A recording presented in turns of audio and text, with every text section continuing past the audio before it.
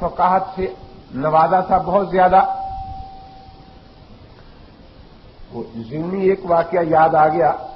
امام صاحب سبق پڑھا رہے ہیں اور ایک عورت آئی, اس نے برقعے سے ہاتھ باہر نکالا, ایک سیب تھا اس کے ہاتھ میں اور ایک چھری, یہ دونوں امام صاحب کو دے دی. طالب علم بڑے خوش ہوئے کہ بھائی سیب لائی ہے, بڑی نیک ہے, چاقو بھی ساتھ ہی لے آئی ہے, ورنہ امام صاحب ہمیں کہتے کہ جاؤ چھری تلاش کر کے لاؤ.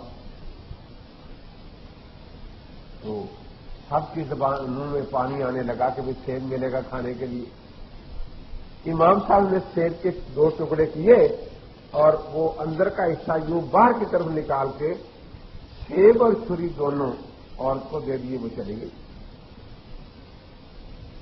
طالب علم دیکھ رہے ہیں, کوئی حدیث سنا رہا ہے کہ حضرت ہدیہ قبول کرنا سنت ہے. یہ حضرت اگر آپ کو دینی چاہتا تو ہدیے میں تو سارے مشرک ہوتے ہیں, چلو ہم ہی کھلا دیتے. امام صاحب مسکرایا, فرمایا کہ بس دوسروں کے مال پر نظر ہے, وہ تو ہدیہ دینے نہیں آئی تھی, مسئلہ پوچھنے آئی. یہ حیران کہ مسئلہ پوچھنے آئی تھی, نہ اس نے زبان سے کچھ پوچھا نہ آپ نے زبان سے کچھ بتایا, کہ وہ مسئلہ پوچھنے آئی, پوچھ کے چلی گئی. کیونکہ مسئلہ کون سا پوچھا؟ کہ عورت کو جو ماہواری کا خون آتا ہے تو وہ کئی رنگ بدلتا رہتا ہے, کبھی مٹیالہ ہوتا ہے, کبھی سرخ ہوتا ہے, کبھی سیاہ ہوتا ہے. تو سیب کے باہر یہ سارے رنگ ہوتے ہیں. تو یہ پوچھنے آئی تھی کہ پاکی کا رنگ ان میں سے کون سا ہے. تو اگرچہ سیب کے باہر کتنے رنگ ہوں, لیکن جب اس کو کاٹے تو اندر سفیدی کے اور کوئی رنگ نہیں ہوتا. تو میں نے وہ سفید رنگ باہر کر کے اس کو دے دیا کہ سفیدی کے علاوہ سارے رنگ ناپاکی کے ہیں. ایک سفیدی کا رنگ جو ہے نا, یہ پاکی کا رنگ ہے. تو دیکھو اس زمانے میں عورتیں بھی کتنی عقل مند تھیں, کس انداز میں مسئلہ پوچھا. اور یہ تو عقل کی بات ہے. زہد کی بات دیکھو, ایک عورت امام احمد کے پاس آئی اور بڑھیا عورت تھی, آ کے مسئلہ پوچھا کہ حضرت میں سوت کاٹتی ہوں مزدوری پر, تو بعض اوقات چراغ میں تیل نہیں ہوتا تو چاند چودھری کا ہوتا ہے, میں اس چاندنی میں سوت کاٹ دیتی ہوں. تو کیا اس سوت کی مزدوری بھی اتنی لے لیا کروں جتنی سورج کے سامنے سوت کاٹنے کی ہے؟ امام صاحب نے پوچھا کہ اس میں کوئی فرق ہو جاتا ہے؟ کہ ہاں, وہ چونکہ روشنی کم ہوتی ہے, ذرا دوسرے سوت سے موٹا رہتا ہے. امام احمد بڑے حیران ہوئے کہ ایک عورت کو کتنی فکر ہے اپنی آخرت کی. دیکھو کیسا مسئلہ پوچھنے آئی ہے. تو پوچھا کہ تو کون ہے؟ اس نے کہا جی میں حضرت بشر حافی رحمۃ اللہ علیہ کی بہن ہوں. فرمایا کہ مجھے بھی یہی ذہن آ رہا تھا کہ کسی ایسے ہی خاندان کی عورتوں سے جس کو اتنی فکر ہے, کیونکہ ہاں تیرے لیے مسئلہ یہی ہے کہ تو اس کی مزدوری کچھ کم لیا کر جو سورج کی روشنی میں کاتا ہے.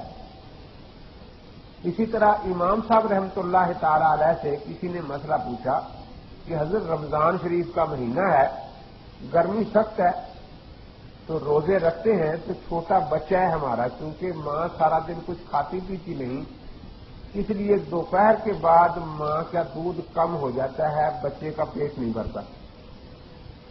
تو میں نے اس سے کہا تھا کہ تم روزے چھوڑ دو اور سردیوں میں قضا کر لینا.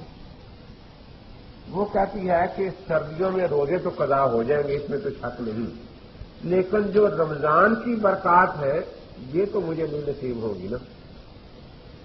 اس نے کہا پھر بچہ بیمار ہو جائے گا یا مر جائے گا. پھر دیکھا کہ آپ مسئلہ پوچھیں, میں کوئی چیز منہ میں چبا کے تو لعاب بھی ہاضم ہوتا ہے نا, پھر وہ بچے کے منہ میں ڈال دوں اور کوئی ذرہ حلق سے نیچے نہ اترے, اگر اس طرح میرا روزہ نہ ٹوٹے تو میں بچے کی خوراک بھی پوری کر لوں گی اور رمضان کی برکات سے بھی مستفید ہو سکوں گی.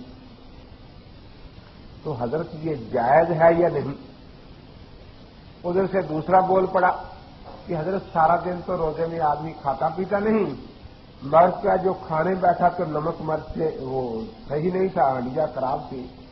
اب سارا غصہ جو ہے وہ بیوی پر نکلتا ہے کہ سارا دن کچھ کھایا نہیں اور یہ بھی خراب کر کے رکھ دیا ہے. تو کیا روزے دار عورت کو اجازت ہے کہ وہ ذرا سا چکھ کے تھوک دے تاکہ نمک مرچ کا پتہ چل جائے؟ اب دیکھیے یہ ہر گھر کی ضرورت ہے یہ مسئلہ ہنڈیا والا، لیکن قرآن اور حدیث میں صراحتاً اس بارے میں کچھ چیز نہیں ہے. امام صاحب نے فرمایا کہ ہاں روزہ نہیں ٹوٹے گا جب حالت سے نیچے کچھ نہیں اترا. شاگردوں نے پوچھا کہ حضرت آپ نے بڑی جلدی جواب دے دیا ہے، کوئی آیت قرآن کی کوئی حدیث؟ فرمایا الفاظ میں تو نہ مسئلہ قرآن میں ہے دونوں مسئلے، نہ حدیث میں ہے، لیکن میں نے قرآن سے ہی اس کو استنباط کر لیا، نکال لیا ہے. قرآن سے نکال لیا ہے؟ کہاں سے؟ اب امام صاحب کی ہاں شرط یہ تھی کہ طالب علم حافظ قرآن ہو. حفظ قرآن کے بغیر تو وہ کسی کو داخل نہیں کرتے تھے نا.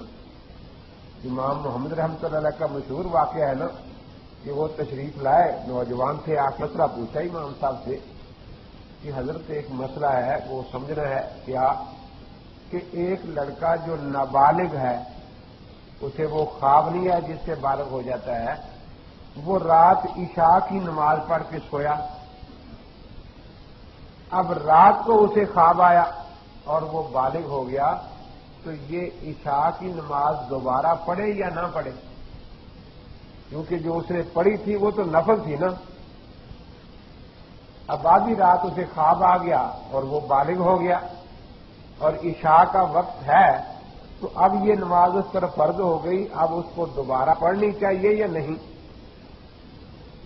امام صاحب نے فرمایا کہ اگر فجر سے پہلے آنکھ کھل گئی عشاء کے وقت میں تو دوبارہ پڑھے، کیونکہ اس نے عشاء کا وقت پا لیا ہے. اور اگر فجر سے پہلے آنکھ نہیں کھلی تو وہ سویا ہوا تھا، مرفوع القلم تھا، پھر اس کو دوبارہ پڑھنے کی ضرورت نہیں. امام محمد اٹھے اور جا کر نماز پڑھی.